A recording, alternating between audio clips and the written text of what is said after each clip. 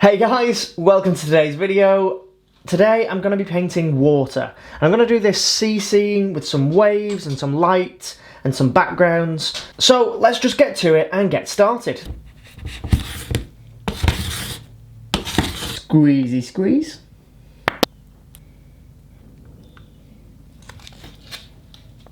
Bit more for good luck. The paints that I'm using today are black, Prussian blue, Cerulean Blue hue and white. I've just got my glass palette, my trusty paper towel for wiping those brushes, and then the brushes. I've got 4 brushes. You know what, let's make it 5, just for good measure. I've got a big filbert brush, big flat brush, got a number 3 round brush, got a number 8 filbert brush, and then a small detailed round brush. I want to start by creating a horizon line, and that horizon line I want to be quite straight, and I don't have a ruler, so I'm gonna have to use an iPad. I want about here, and then all I'm gonna do is just take a little bit of the white, a little bit of that blue just to lighten it, and then I'm just gonna use this to try and create a relatively sharp horizon line. There we go, perfect. Oh my, look at that drip. Give that a wipe. So, let's get a bit of the black, little bit of my blue as well. I don't want my darkest colour to be completely pure black, and all I'm going to do is just start washing that little bit of water over the surface of my canvas. And I'm using an 8x10 canvas for this. I just want a little wash. I'm moving my brush strokes left and right because that's the direction that I want the water strokes to be in. And as we move up, we're going to start to add a little bit more of the blue to the mix. Make it a little bit lighter. Back and forth, side to side, just adding in slightly more blue each time. Then maybe even a little bit of the cerulean blue in there as well, just to lighten it up that little bit more as we get towards that horizon line. And I'm not looking for perfect blends at this stage. I'm just putting in my initial block of colour. Bring it to the horizon line, but don't worry if you don't get it perfectly straight away. And not in this little blocking stage. Just rough it in, it'll be fine. And just bringing it all down. And all these little lines that might be appearing on the canvas, don't worry about them. They're fine because we want the waves to go in that direction. Give that brush a little bit of a dry. Let's take some of the white, and just with the colour that we've got on our brush, we just want this sort of bluey grey colour. And we're gonna put that all over the horizon line. Just as our first little wash, just get rid of that canvas white. Because I hate working on that white canvas, I like having a bit of colour down so that I can see my light values and my dark values. I'm going to bring it right up to that horizon line and just blend them together. I don't want a super hard edge. I don't mind them overlapping. I just want to get it towards some semblance of relatively straight. Now I'm going to go a little bit darker in some areas here, and I'm going to get more paint. So I'm going to take the black and the blue, and I want relatively thick paint this time. I'm going to start adding some darker waves, and all I'm doing is just this, just a back and forth. It doesn't matter that the paint's not completely dry, but don't press too hard. You don't want to scrape away any of that wash that you've just put down. And this is going to be a relatively calm scene, so it's just going to be very, very small waves. And as we get further to the back, we can still keep in some of these waves, but we're just using the very tip of the brush, just trying to keep it quite thin. We want it to look like these waves are a little bit more in the distance. You can almost just dab a line on. And some of them we want a bit bigger than others, a little bit of variation, and then come back down, just darken up some of this area, just starting to blend it in a little bit, keeping everything quite soft, not super sharp, because it doesn't need to be super sharp. We want those softer transitions between all of the colours. And I'm just using these 4 colours for this. I actually want some mountains in the background that I'm going to work on now. So for the mountains, I want them quite pushed back. So they're going to be very faded, almost white. So I'm going to take some of the white first and a little bit of black. And I just want to make a really, really light grey with a little bit of that cerulean, just to give it a bit of a pop, a little bit of blue, make it a little bit lighter. And then just a dab of water, just to improve the flow of the paint. And I'm going to start just popping some of this over the top of that sky. I like using these soft brushes because you can get really nice, smooth transitions. Okay, take a little bit more white in this now, and let's start just putting in a bit of a mountain. Just in the background, just like this. Okay, and then bring this colour down. Get a slightly darker colour, so a little bit more grey in that mix, maybe a little bit of the Prussian blue as well, bit of a darker colour, and we're going to start to add the next lot of mountains. I don't mind there being a little bit of variation in all of the colours that we're putting down, so I don't mind if there's still some colour there. So the next bit of mountain, I'm just doing this really roughly. It's only a background, so it doesn't need to be super sharp or super in focus. And then we might want to just go a little bit darker. And then just try and keep it as level with the water as you can. And we can bring some of it up, blend it together a little bit. Let's see what we can do. I'm going to take a smaller filbert brush now and just a little bit of a darker colour, and we're just going to come in and just refine just a little bit of this edge, just a little bit. In a second I'm actually going to use a new tool and just try and improve this even more before we make a start on all of that water.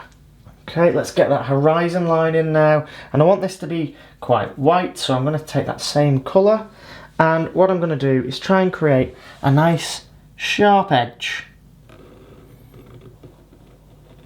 Okay, just like that. Then I'm going to dry my brush a little bit, and then I'm actually going to try and soften the top edge of the line. Just bring it up, just in a swirling pattern, not touching the bottom edge. Just that top edge, almost making it look like it's fading into a mist, something like that. Okay, we're going to leave that to dry for a second, and we're going to just do another layer on this water here.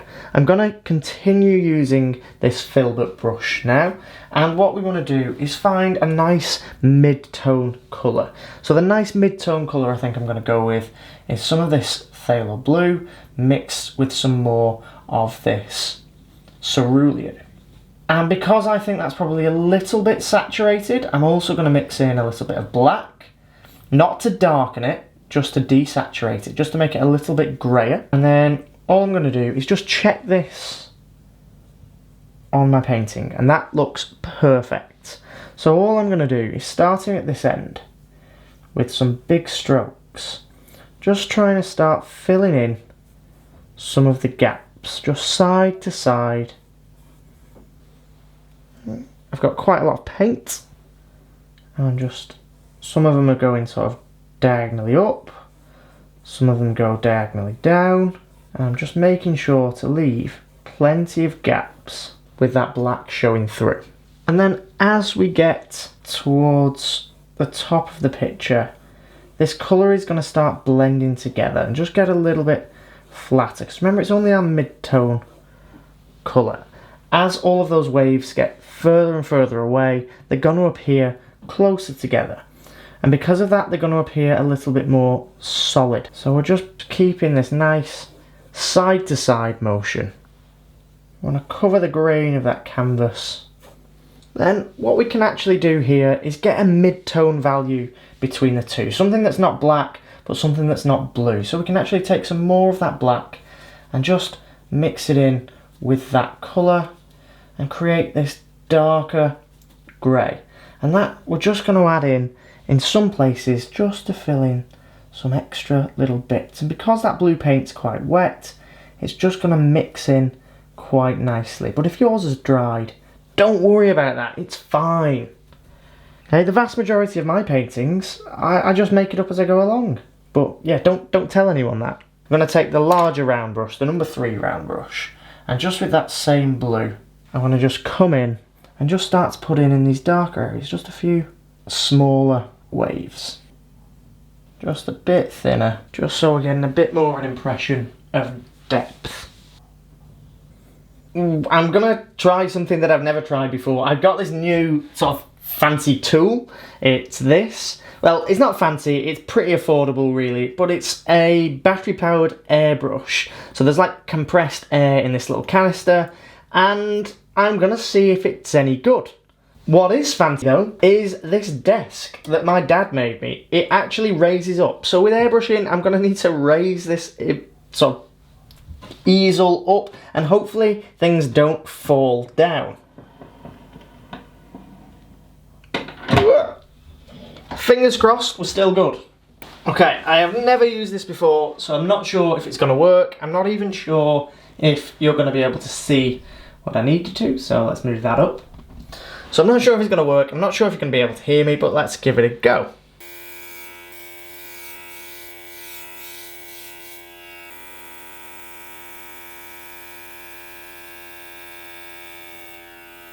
Well, that actually worked a heck of a lot better than I thought it would. It's created an almost nice soft background there. It's not the best airbrush in the world, but it's pretty good for what I need it to do. And I think with a little bit more practice with mixing the airbrush paints and getting the paints the right consistency, I think I'll be able to work with that for a lot of my big paintings. I'll actually drop a link in the description below so that you can see exactly where I bought this. So I'm going to take that round brush again. And what we're going to start to do is start to add in some of the sort of lighter sections of water. So I'm going to take my Cerulean Blue and again just mix it with that sort of blacky grey colour just to desaturate it ever so slightly. Very carefully, and it's hard to do at the angle that I'm at.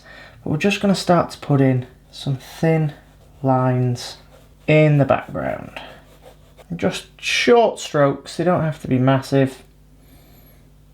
Try and create that nice horizon line.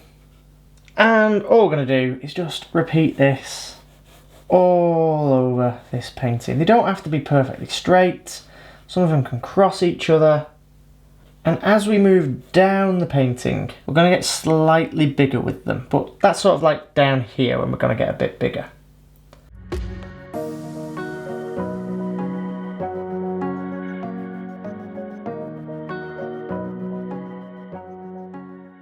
Okay, once that's done, we can get our small detail brush. And this is where we start to put in a few more like subtle lights and shadows. So we're going to take some more white now and just try and create a lighter colour. This isn't going to be our lightest light, but it's probably the first of 3. And we're going to start at the top again, and we're going to just start putting in a few more of these small lines in the background relatively quickly. We don't have to be too neat with this. Sideways strokes.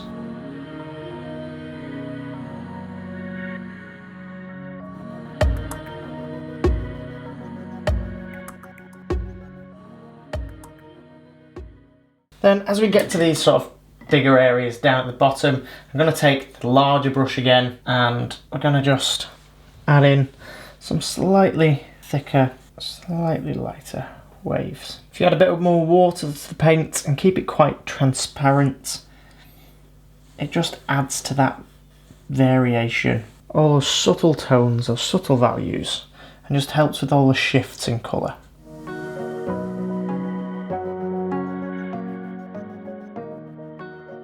Then we'll do one final colour on here. We'll take a little bit more of our white, mix it in, and create a very, very light blue, nearly white. And then we'll just come in and just, in some of these waves, just come and pick out a couple of little highlights. Not everywhere, just on a few of the waves. If you need to, just blend it back with your finger. Picking out almost like the tops of the waves, just dabbing, I would say, rather than doing that side to side motion from before. And as we get further back, we might have a few more of these smaller bits of light catching on the tops of those waves. A few more little highlights just to pick out, dropping them in here and there. We're not going to call this done yet though.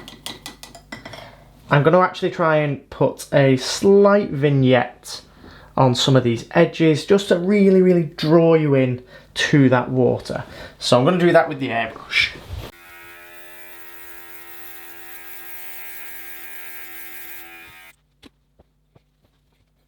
Okay, so there we go. That is how I paint the water, but it wouldn't be a studio wildlife video if I didn't put a little bit of wildlife in there. So I think what I'm going to do is add a whale right about here.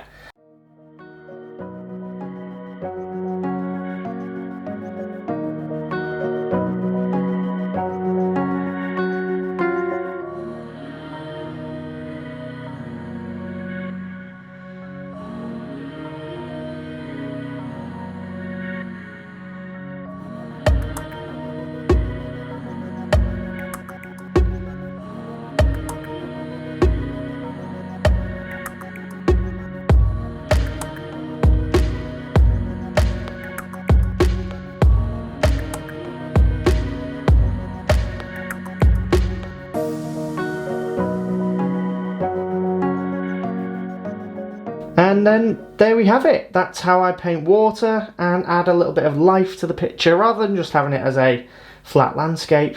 Put a bit of wildlife in there, make it pop.